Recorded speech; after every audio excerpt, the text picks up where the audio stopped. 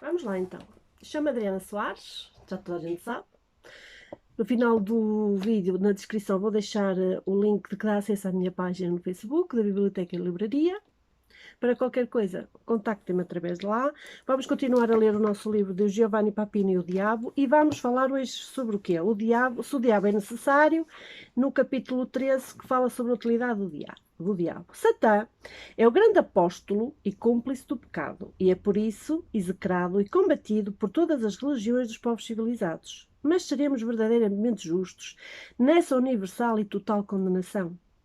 Se nós indagarmos com método realista, fora os esquemas simplistas do branco e do negro, a vida comum dos homens, tal como se manifesta cada dia a observadores não prevenidos, devemos reconhecer que a nossa vida, ou ao menos a da maior parte, não seria possível sem qualquer pactuação com o pecado, logo, com o diabo. Se um elemento de orgulho, algumas vezes admitido e confessado, não existiriam nem poetas, nem artistas, nem filósofos, nem grandes chefes de povos, nem heróis. Dante, que, no entanto, é considerado o sumo poeta católico, não esconde a alta ideia que ele tinha o seu gênio. O que se chama, por vezes indulgente, o amor próprio, o justo sentimento do próprio valor. Não é senão uma forma, seja embora atenuada e enobrecida, do antigo orgulho do pecado de soberba. E sem o estímulo da libido, da concupiscência carnal, interromper-se-ia o desabrochar de almas sobre a terra. Sem o mínimo de luxúria, não nasceriam as virgens, nem tampouco os santos. A ira, sob os nomes de generoso desdém, de legítima indignação, leva ao desejo e ao cumprimento da justiça. A preguiça é realmente um dos pecados capitais, mas o fundador do taoísmo, esse Lao Tse, que muitos julgam superior a Confúcio, pôs a sabedoria do não fazer como base da sua doutrina. A própria avareza, conquanto seja o mais sórdido dos pecados, contribui para a virtude da economia e a prosperidade dos povos. O famoso médico Mandeville demonstrou na sua fábula das abelhas, que foi escrita em 1705, que os vícios privados são indispensáveis à prosperidade pública. Certos pecados, portanto, ainda que em pequena dose e afinados e sublimados, contribuem para a conservação da espécie humana. A verdadeira malícia do diabo consiste mais que sugerir os pecados em querer agigantá-los, em incitar aos excessos. Mas a intervenção do demónio é útil. Poderia dizer-se necessária, ainda noutro sentido, negativo e não já positivo. Todos os manuais de moral e de ascética ensinam a tática e a estratégia do combate espiritual, isto é, da diuturna defesa do homem piedoso contra as emboscadas e os assaltos de Satã. A tentação diabólica é a pedra de toque do autêntico homem de Deus. Uma criatura frouxa, fria, insensível, que não praticasse o mal por mera indiferença ou impotência, por simples preguiça ou penúria de imaginação, e por isso não tivesse de repelir as tentações nem de lutar contra o diabo. Jamais já alcançaria mérito verdadeiro junto a Deus, que alegre, justamente, os vitoriosos e não os medíocres. A atividade do diabo é, pois, uma ajuda à salvação das almas, visto que não somente quando são postas à prova e logram superá-la, se tornam merecedores do prémio da beatitude. As tentações diabólicas, quando são rebatidas e não obedecidas, colaboram na obra de salvação. Sem a vitória sobre o demónio não há mérito autêntico, não há paz derradeira. As artes e as armas de Satã são, pois, instrumentos que, contra a sua vontade, levam à salvação. Instrumentos cruéis, mas, em certos casos, imprescindíveis. Satã, com o seu ódio tenaz, povoa o inferno, mas ao mesmo tempo também o paraíso. Muitos, se não tivessem superado felizmente a prova das trevas, não viveriam a gozar a alegria da luz. Isso é manifesto com a magnífica evidência na santidade. A santidade é mal vencido e repelido. Se não fosse o mal, Satã, os santos não seriam. Satã tem, pois, tarefa insuprimível, missão providencial. E, neste sentido, pode afirmar-se que o diabo, por vontade divina, é um coajudador de Deus. Satã é o adversário, mas sem o adversário não haveria batalha, e sem batalha não haveria vitória e glória. Quem quisesse tirar ao diabo a sua justa parte, tiraria qualquer coisa também a Deus, que o não constitui príncipe deste mundo sem uma finalidade e um desígnio, do qual podemos vislumbrar, senão plenamente compreender a cegueza sobrenatural. O diabo é ódio, mas por último, o seu ódio, e eis aqui um dos dramáticos paradoxos do cristianismo, é necessário ao triunfo do amor. Todo o mal vem de Satã? É a próxima pergunta que se faz. Estamos realmente seguros de que todos os pecados dos homens sejam devido às provações e maquinações do diabo? Não poderá acontecer, ao menos algumas vezes, que o caluniador seja caluniado? Sabemos que, em nós, é comum e forte a relutância, mesmo a repulsa, a reconhecer as nossas culpas, a aceitar a nossa responsabilidade. A todos agrada imensamente, cristãos ou não cristãos, bater o meia-culpa sobre o peito dos outros. E quando o pecado é todo nosso e não transferível, achamos sempre entidades cómodas e de recuo para descarregar de nós, sobre elas, as somas mais torpes. Ora, é o destino e o determinismo ou a fatalidade histórica. Ora, a prepotência do instituto e do irracional. E as mais das vezes, e não apenas entre os crentes, as instigações de Satã.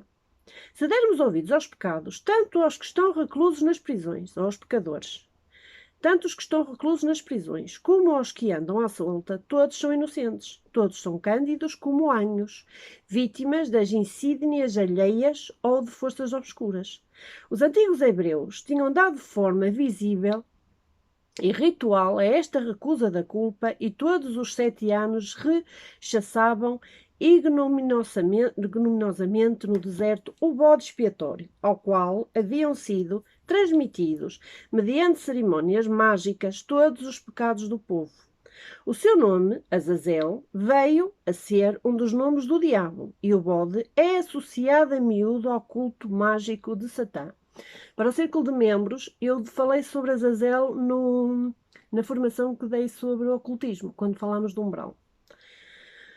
O diabo, também nos nossos dias, desempenha muitas vezes o papel de bode expiatório. Esquecem-se de bom grado os maus fermentos do nosso sangue, as concupiscências nativas da nossa carne, as disposições perversas do nosso ânimo, as reincidências mórbidas do nosso espírito e de bom grado se endossam todos os nossos erros e furores às artimanhas de Satã. Não há dúvida. O maligno cumpre dia e noite o seu terrível e fraudulento mister nas almas dos homens e com bastante mais frequência do que os espíritos fortes, livres e iluminados estão inclinados a admitir. O demónio, dizia justamente o Huysmans, não precisa de ser exibido sob traços humanos ou bestiais para atestar a sua presença. Basta para que se afirme que eleja domicílio nas almas, que exaspere e incite a crimes inexplicáveis. Em seguida pode subjugá-las mediante a esperança que lhes insufla de que, em vez de habitar nelas, como faz, e como elas muitas vezes ignoram, obedecerá às evocações, aparecerá, tratará juridicamente das vantagens que há de conceder, em troca de certos lucros. É suficiente, por vezes, o desejo de pactuar com ele para motivar a sua efusão dentro de nós. A técnica do adversário é requintada e complexa, tanto que ele sabe tirar partido de uma fantasia fugaz e até do ceticismo, para levar os homens a consentir nas suas vontades. Mas seria perigoso para nós e injusto para ele atribuir-se à operosidade demoníaca todo o volume dos pecados humanos. Se o diabo é, em quaisquer casos, mais forte do que o homem, e se toda a obra do mundo é obra sua, daí resultaria que todo o homem é, no fundo, inocente e que toda a condenação é inconcebível. Reconheçamos, outro sim, que o pecado original degradou a natureza humana e tornou-a acorrentada ao tentador. Mas também é verdade, ao menos para os cristãos, que Cristo veio para restituir aos homens a possibilidade da salvação, para os libertar da vassalagem de Satã. Quando se fala de resgate, esta palavra deve ser compreendida e sentida no seu significado concreto. Cristo, de facto, pagou por nós, desligou as criaturas escravas do mal e restituiu-lhes a plena liberdade. E é demasiado cômodo, depois da paixão e da redenção, acumular todas as nossas culpas sobre os ombros do demónio. Não reparamos, agindo desse modo, que fazemos do diabo um facsímile de Cristo. Este é o cordeiro que assume todos os pecados do mundo. Satã é a serpente que vem carregada de todos os pecados do mundo. O homem ficaria, de start, reduzido a um campo de batalha do bem e do mal, do amor e do ódio, do Salvador e do Tentador. Era a teoria de Lutero, mas não pode ser a dos católicos. O homem, sem mesmo ter em conta a queda de Adão, tem uma certa índole, uma certa lei de conduta que não podem ser obra de Satã. Este é destrutor, não criador. Ele corrompeu o homem, mas não o modelou por suas mãos. Os sentidos e os órgãos do homem não foram fabricados pelo diabo. Há qualquer coisa que nos pertence, que está no nosso cerne e que nem sempre é estranha aos desvios do pecado. A vulgarmente chamada carne, isto é, o corpo humano com os seus imperativos e os seus desejos, e que tantas vezes turba e arrebata a nossa alma, não é invenção de Satã. Ele tira disso proveito, mas não poderia tirar se a matéria de que somos feitos se mantivesse mais sã e resistente, se a nossa vontade fosse mais vigilante e aguerrida. A nossa desventura, antes de tudo, é não resistir às suas tentações, mas desta incapacidade, desta tibieza, teremos acaso o direito de atribuir as culpas sempre ao tentador? Aquele que endossa a responsabilidade de todos os pecados ao demónio faz de este, embora sem que a saiba, um ser omnipotente, isto é, um outro Deus. O combate espiritual de que falam os moralistas e os ascetas não é uma expressão vã, uma metáfora platónica. Nós somos chamados a guerrear contra Satã. Neste sentido, deve talvez ser entendida a palavra famosa de Cristo, segundo a qual ele não vem trazer a paz, mas a espada. Se nessa guerra nós somos vencidos tão a miúdo, será lícito afirmar que a culpa reside sempre na força de Satã e nunca na nossa fraqueza, ou, para o dizer à maneira latina, na nossa imbecilidade. O diabo como libertador do mal. O diabo, escreve Weinberg, é a objetiva e genial personificação de um pensamento que facilitou a milhões de homens a luta contra o elemento malfazejo encerrado no peito de cada um, ajudando a projetar o inimigo para fora de si mesmo e a distinguir-se e a separar-se de ele. Quer dizer, Weinberg não crê na existência real de Satã, conquanto fosse hebreu de nascimento e depois convertido ao protestantismo, e toda a vida atribuiu à crença nele um valor catártico que embate singularmente contra a opinião dominante. O diabo, por conseguinte, não é já aquele que inspira ou acresce a malvadez na alma humana, mas uma entidade mental escogitada pelo homem a fim de melhor combater o mal, isto é, para este diminuir em si o influxo e a impotência. O Satã originário de Weinberg não é já o tentador, mas, em certo modo, o libertador do pecado. Se esta estranha teoria fosse verdadeira, devia verificar-se um efetivo decrescimento do mal entre os que de facto acreditam no demónio. E é bem verdade que os santos creem na existência real do demónio e que neles, mais que nos outros, se atenuam e apagam os vestígios do pecado original.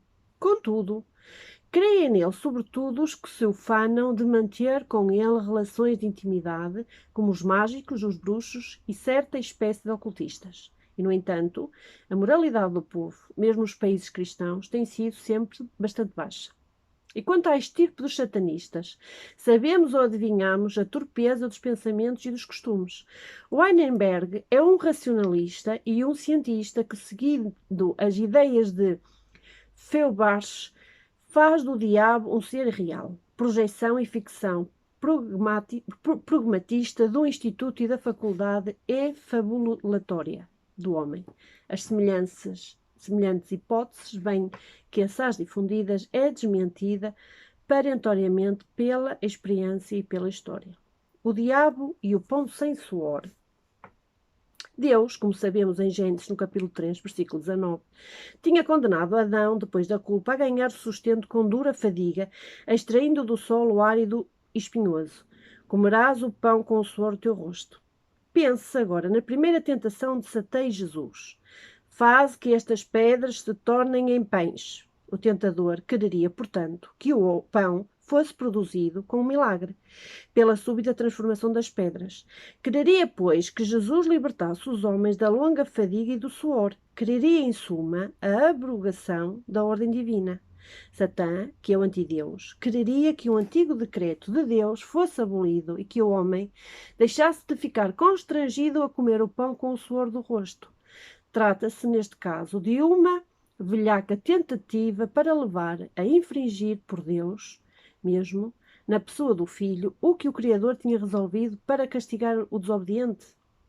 Ou não poderia tratar-se antes do desejo de vir em ajuda do homem condenado por culpa à sua milenária expiação do trabalho, convidando Deus a fornecer-lhe o pão mediante um prodígio?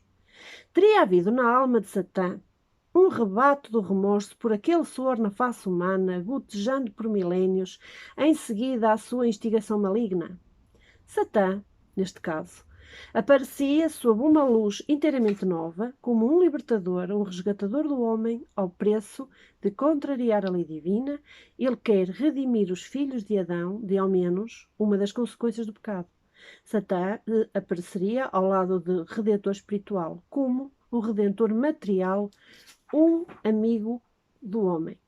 Agora vamos para o capítulo 14, que fala no fim do diabo. Deixem-me ver se ele é muito extenso. Ver se eu tenho tempo. Tenho. Vamos lá. Vamos falar então o fim do diabo. O diabo volta a ser anjo no fim? Na segunda epístola de Paulo aos Coríntios encontramos uma afirmação em extremo surpreendente. O mesmo Satã, escreve o apóstolo, disfarça-se em anjo de luz. Estamos a falar do livro de Coríntios. Agora não sei se é na primeira carta ou na segunda, tenho que procurar, no capítulo 11 e no versículo 14. Se estas palavras não fossem de um santo inspirado por Deus, poderiam parecer assombrosas e quase incríveis. Sabemos, da Escritura e da tradição cristã, que Satã se tem apresentado em vários aspectos e disfarces, como um réptil, um cão, uma mulher, um sátiro, um monstro. Mas é, porventura, concebível que ele possa retornar ou retomar o seu primeiro aspecto de anjo de luz? É sequer pensável que, depois de se ter tornado indigno daquela veste esplendente com a sua rebelião, possa eventualmente revesti-la de novo para enganar e trair mais facilmente os homens? E, contudo, as palavras de São Paulo não deixam margem à dúvida. Ele insiste mesmo sobre o referido conceito e assim prossegue. Não é, aliás, grande façanha se até os seus ministros se disfarçam em ministros da Justiça. São Paulo referia-se claramente a esses falsos apóstolos que, em nome de Cristo, tentavam deslumbrar e confundir os fiéis com as parecências de uma falsa santidade. Mas permanece, no entanto, sempre obscuro o mistério de tão terminante afirmação. Se o diabo se mostrou algumas vezes em forma de anjo de luz, não se levanta necessariamente a dúvida acerca de alguns daqueles cristãos que tiveram visões e aparições de anjos e que tenham sido mistificados pelo próprio príncipe das trevas? O diabo será salvo? A teologia católica ensina que as penas infernais são eternas e que Satã, por isso, jamais será de novo admitido nos coros angélicos. Mas opinião diversa tiveram alguns teólogos dos primeiros séculos cristãos e alguns poetas dos tempos modernos. O grande Orígenes, inspirando-se na doutrina estoica dos ciclos cósmicos, acreditou e sustentou que a redenção era o início do retorno de todos os seres criados, sobredivididos e corrompidos no seio infinito da perfeita divina, ou da perfeição divina. A redenção, segundo Orígenes, não dizia respeito somente aos homens, mas sim a todas as coisas do mundo. Houvera, no princípio do tempo, a inspiração de Deus, a criação. Mas com a encarnação começara a inspiração, isto é, o grande retorno do baixo para o alto, da matéria para o espírito, do mal transitório para o bem eterno. A história do universo, nesta grandiosa concepção, era dividida em duas ideias, assinaladas por dois momentos de imensa inspiração de Deus, a efusão criadora e a reassumpção redentora. A descida de Cristo à Terra era o centro do drama cósmico. Deus que se expande nas criaturas, as criaturas que regressam a Deus. O último escopo da redenção era o grande retorno, a reconciliação universal, o que Eurígenes chama a Apocalipse. O teólogo alexandrino era conduzido por esta sua ideia a admitir igualmente a salvação final do diabo. Com efeito, ele acredita que os demónios voltarão a ser anjos. Segundo Filipenses 1, 6 e 3, uns primeiro, os outros mais tarde. Após longas e severos tormentos, regressarão às fileiras dos anjos, em seguida elevar-se-ão até aos graus superiores e alcançarão as regiões divinas e eternas. E o próprio chefe dos demónios será por fim redimido. Orígenes, que era cônscio do atrevimento da sua teoria, não chama o diabo pelo verdadeiro nome, mas designa-o por morte. Lembrando que, segundo a palavra de Paulo, a morte entrou no mundo com o pecado. Mas o texto originiano mostra que se trata verdadeiramente do diabo. Passo a citar. O último inimigo, que se chama morte, será destruído e não mais haverá tristeza e não mais haverá oposição, pois que o inimigo terá desaparecido. Este último inimigo não será destruído no sentido que a sua substância, feita por Deus, será aniquilada, mas no sentido que a perversidade do seu querer não é obra sua e não de Deus e desaparecerá. Estamos a falar em Filipenses capítulo 3, versículos 6 e 5. A opinião de Orígenes foi aceita por São Gregório de Nissa, que devemos fiar-nos em 2 passos no seu discurso catequésico. Ele afirma que Deus, mediante o laço tendido ao diabo com a crucificação de Cristo, não fez o bem somente à criatura perdida, mas também ao autor da sua perdição. E mais abaixo confirma que Deus, por meio das armadilhas que terminam com a prova da morte, libertando o homem do vício, sarou também o mesmo autor do vício. São Jerónimo foi na juventude grande admirador de Orígenes e no seu comentário à Epístola de Efésios, no capítulo 16, declara crer na salvação final do príncipe deste mundo. Passo a citar. Na época da universal restauração, escreve São Jerónimo, quando o verdadeiro médico, Cristo Jesus, vier para restabelecer o corpo da Igreja, hoje dividido e lacerado, cada um retomará o seu lugar e voltará a ser o que foi na origem. O anjo apóstata voltará ao seu primeiro estado e o homem entrará de novo no paraíso de onde foi banido. Um último eco dessa misericórdia e esperança encontra-se num escrito no fim do século IV, conhecido hoje sob o nome de Ambrosiaster, que, no comentário à Epístola dos Efésios, capítulo 3, versículo 10, repete que todas as criaturas no fim serão salvas, inclusivamente os demónios. Mas, depois dessa época, nenhum outro escritor eclesiástico ousou retomar o amoroso vaticínio de Orígenes. Talvez um dos principais obstáculos à aceitação da teoria originiana fosse o famoso verseto contido no discurso de Jesus sobre as últimas coisas, onde ele, falando aos bodes que hão de ficar à sua esquerda, assim os ameaça.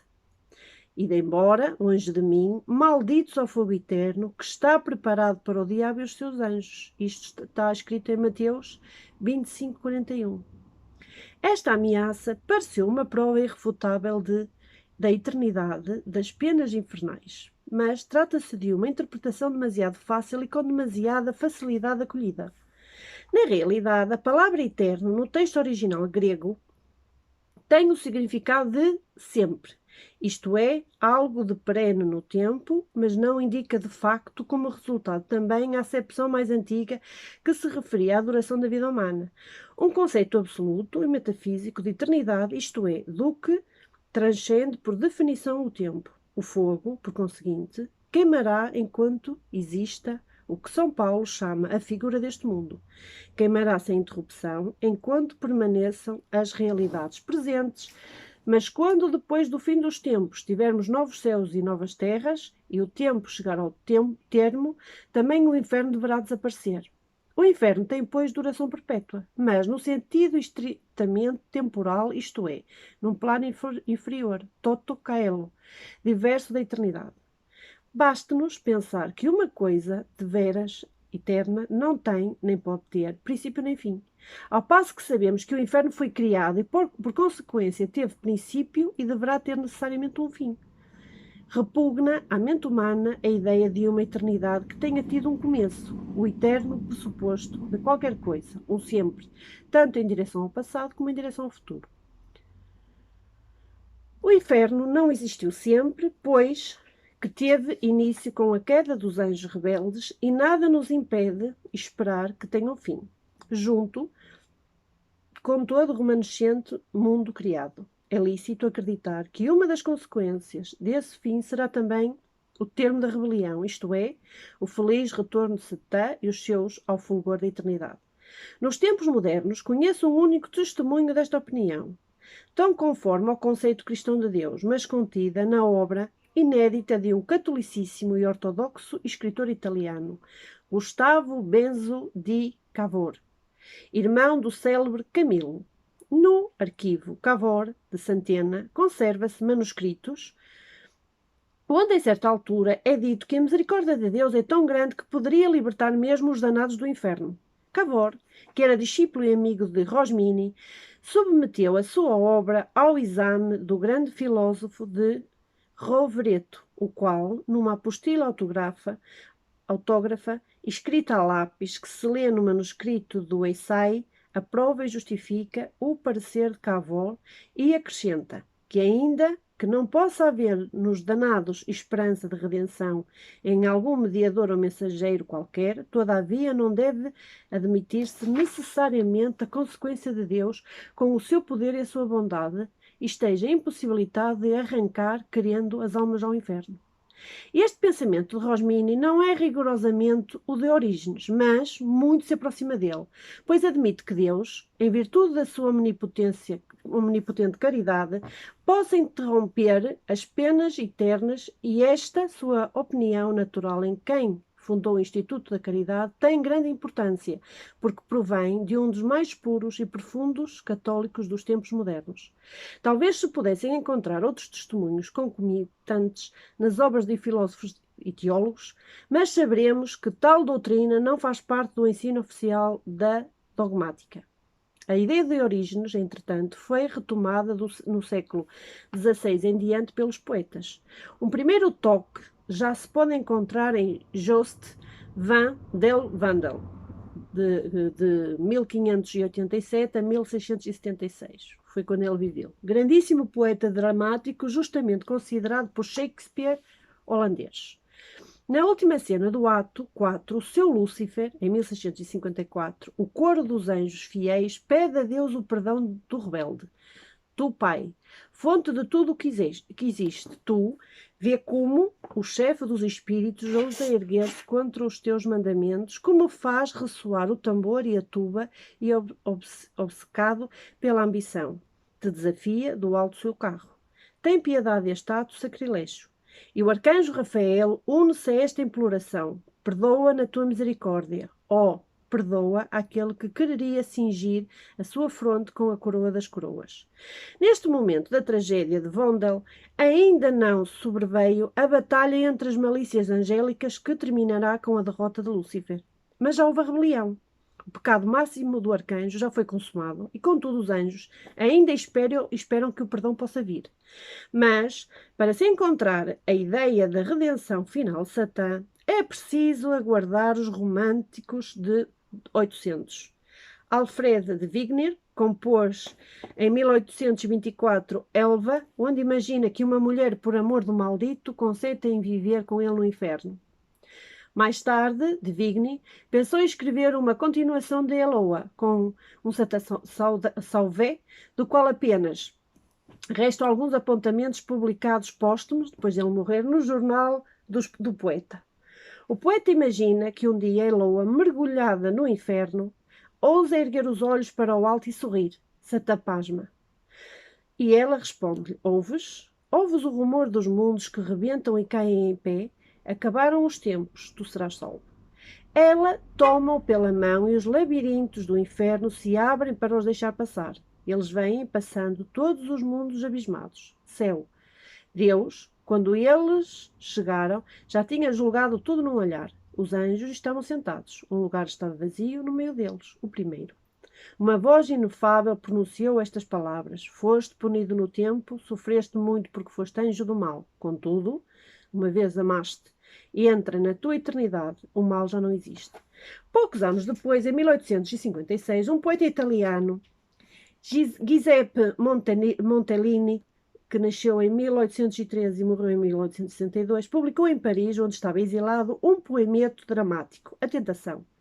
Lá aparece Satã, que depois de ter tentado alguns homens célebres, se converte e, quando Cristo lhe perdoa, torna a ser um esplendor querubim, um resplendente querubim.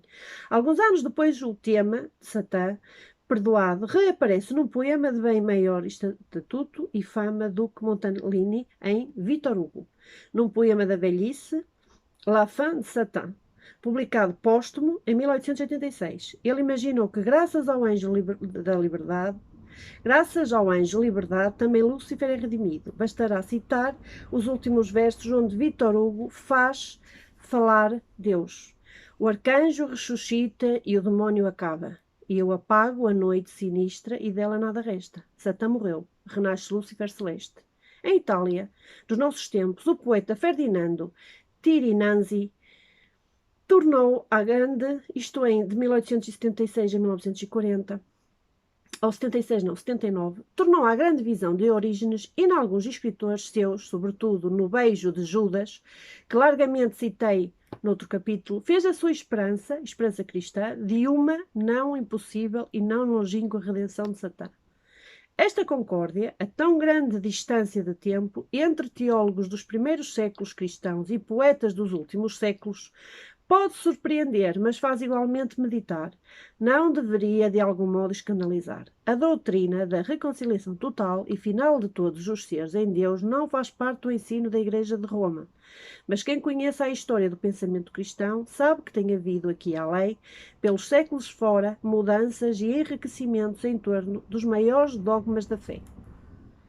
Certas opiniões, por muito tempo ensinadas, foram com o andar do tempo obliteradas, se não condenadas, outras novas a substituírem, e uma renovação análoga poderia e deveria repetir-se nos próximos séculos.